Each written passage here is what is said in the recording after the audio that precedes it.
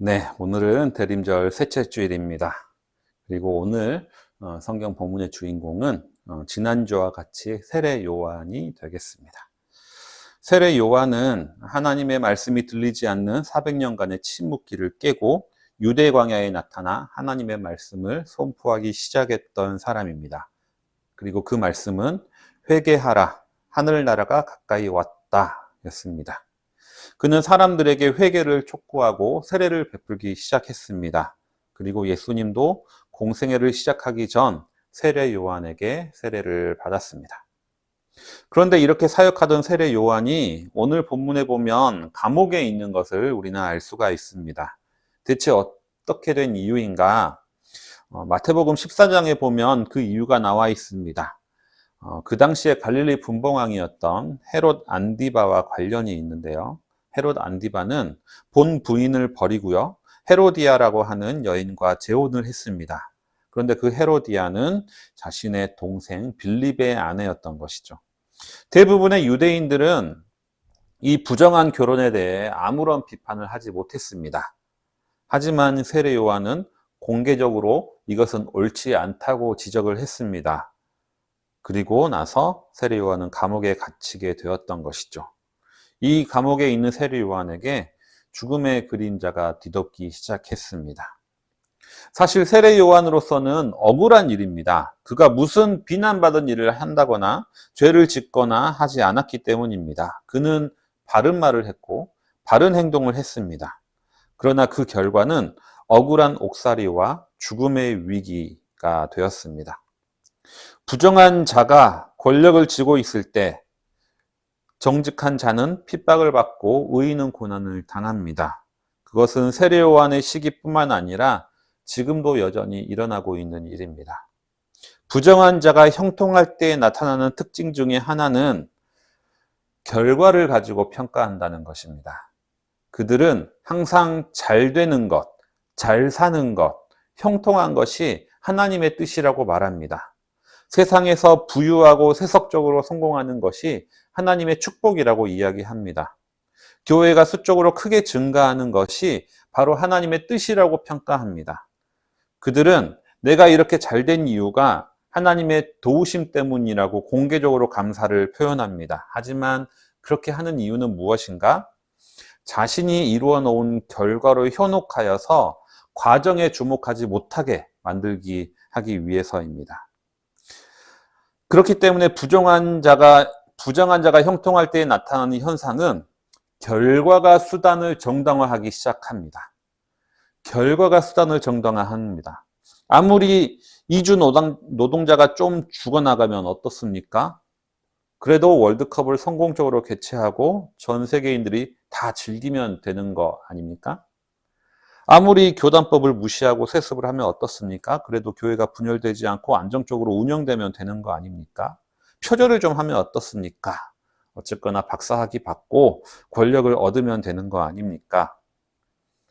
동생의 아내를 빼앗으면 어떻습니까? 나중에 어쨌든 행복한 가정을 꾸리면 되는 거 아닙니까? 이렇게 결과가 모든 것을 정당화하기 시작하면 모든 성공이 하나님의 뜻이 되고 고난과 실패는 하나님의 뜻에서 어긋난 것처럼 보여지기 시작합니다.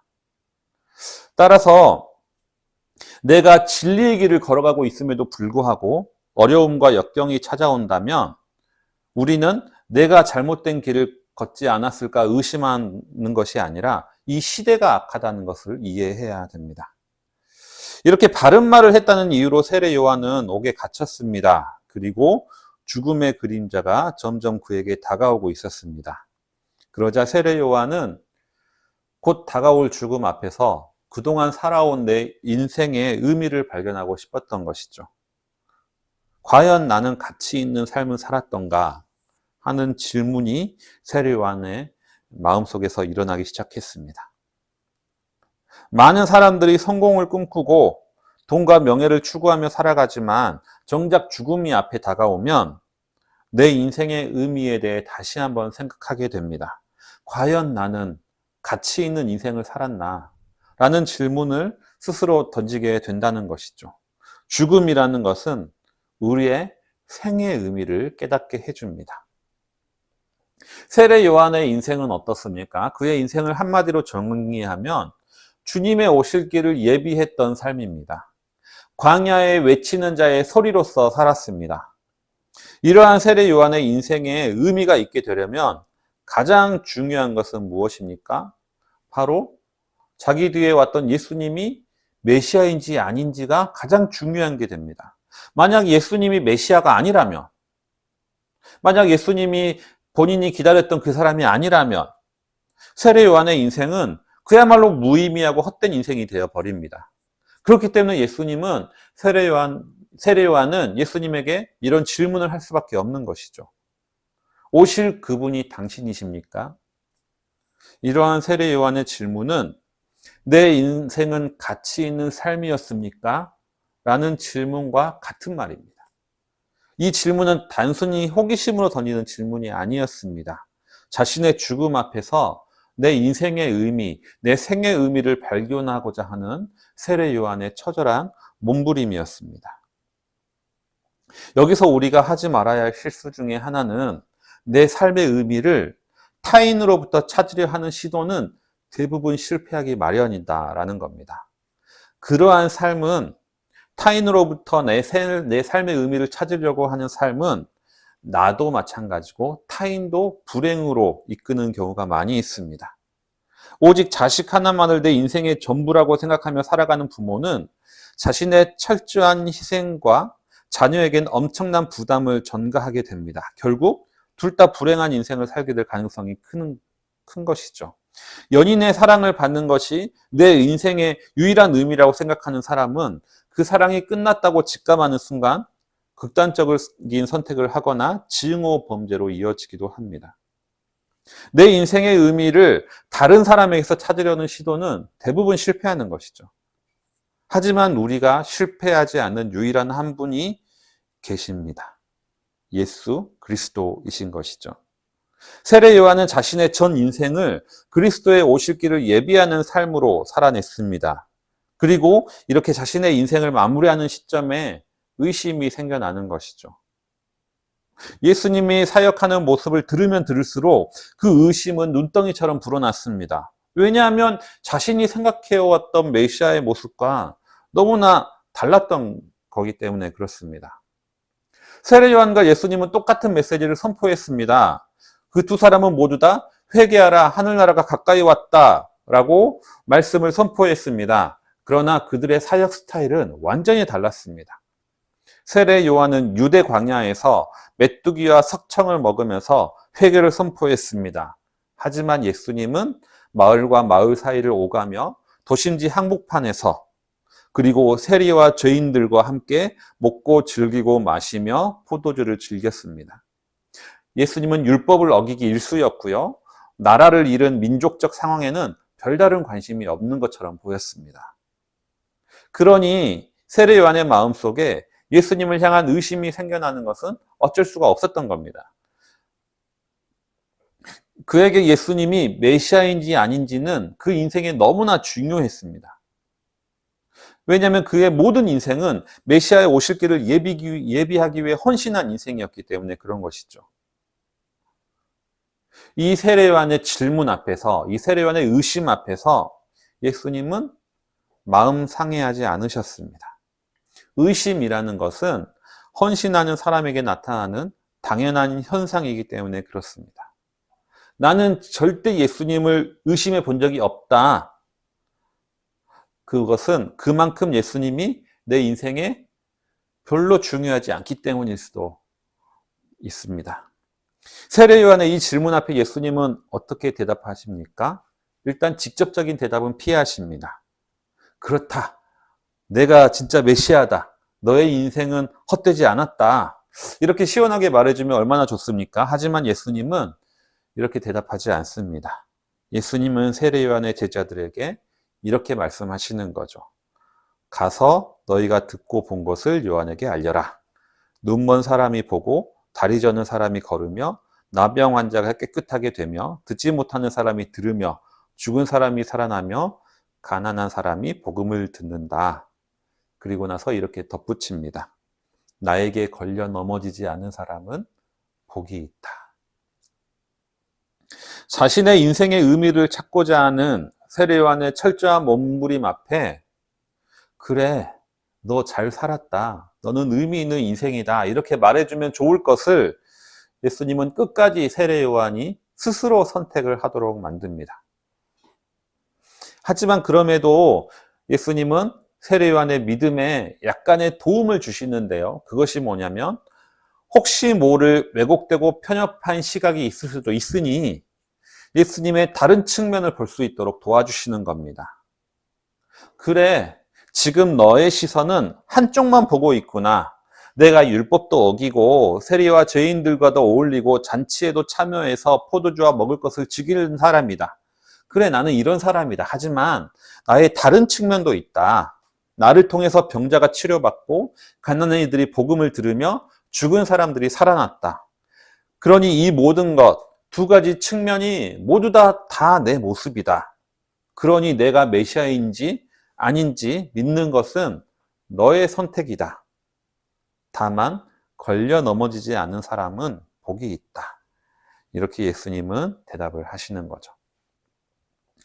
오늘 설교 전반부에 이렇게 말씀드렸습니다. 내 인생의 의미를 다른 사람에게서 찾으려 하는 시도는 실패하기 마련이다고 말씀을 드렸습니다. 왜냐하면 나의 헌신을 이용하려고 하는 이들이 있기 때문입니다. 특히 종교의 이름으로 이러한 일들이 많이 일어납니다. 너는 지금 하나님을 위해 헌신하고 있다. 너는 지금 하나님이 지금의 모습을 기뻐하신다 라고 격려하면서 실상은 이 하나님의 자리에 사람이 앉아있는 경우가 너무나 많이 있습니다. 교인들에게는 일상을 잃어버리게 만들고 오직 교회를 위해 대부분의 시간과 돈을 투자하게 만들지만 실상은 목회자의 성공과 세습으로 이어지는 경우가 많이 있습니다.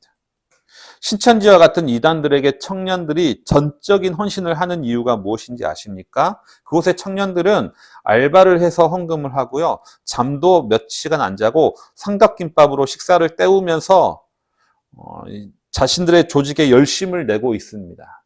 그 이유가 무엇인가? 변상욱 대기자는 그 이유를 자기 효능감이라고 이야기를 합니다. 실패를 겪고 자존감이 떨어져 있는 청년들에게 당신이 세상을 바꿀 수 있다고 호황단 메시지를 전달한다는 것이죠. 즉, 이들에게 삶의 의미가 있다. 너희들의 삶의 의미를 제시해 주면서 그들을 착취하고 있다는 겁니다. 하지만 예수님은 세례요한에게 그렇게 말씀하시지 않습니다. 세례요한의 인생의 의미를 억지로 부여함으로써 그에게 영향력을 미치려 하지 않는 것이죠. 내가 스스로 인생의 의미를 찾을 수 있도록 예수님은 도우십니다.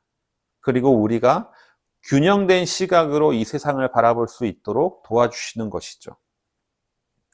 타인을 위한 헌신은 내 자신을 잃어버리게 만들지만 예수 그리스도를 위한 헌신은 나를 주체적으로 만듭니다. 그리고 나를 주체적으로 만드는 것이 바로 이 의심과 질문인 것이죠. 내가 하나님을 위해 헌신하면 헌신할수록 내가 성장하는 것이 아니라 내 자신을 잃어버리는 것 같다면 내가 주님의 일을 하면 할수록 내 일상이 무너지는 것처럼 느껴진다면 나의 헌신의 대상은 하나님이 아니라 다른 것일 가능성이 큽니다. 달콤한 자기 효능감에 빠져서 하나님이 아닌 다른 종교단체나 다른 지도자를 위해 이용당하고 있을 가능성이 높은 것이죠. 예수님은 이 세례요한의 질문을 멸시치 않으셨습니다. 오히려 그 질문을 인정하셨고 세례요한이 여자가 낳은 자 중에 가장 큰 자라고 칭찬하셨습니다.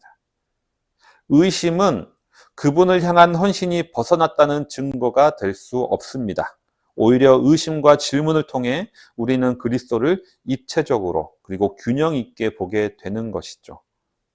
그리고 깨닫게 됩니다. 설령 예수님이 내 기대에 어긋나더라도 여전히 그분은 우리의 메시아라는 사실을 깨닫게 됩니다. 말씀을 정리하겠습니다. 우리는 우리의 인생의 의미를 무엇에서 찾고 있습니까? 우리의 인생이 그리스도에게 온전히 헌신되어 있다면 예수 그리스도를 향한 우리의 질문과 의심은 당연한 결과입니다.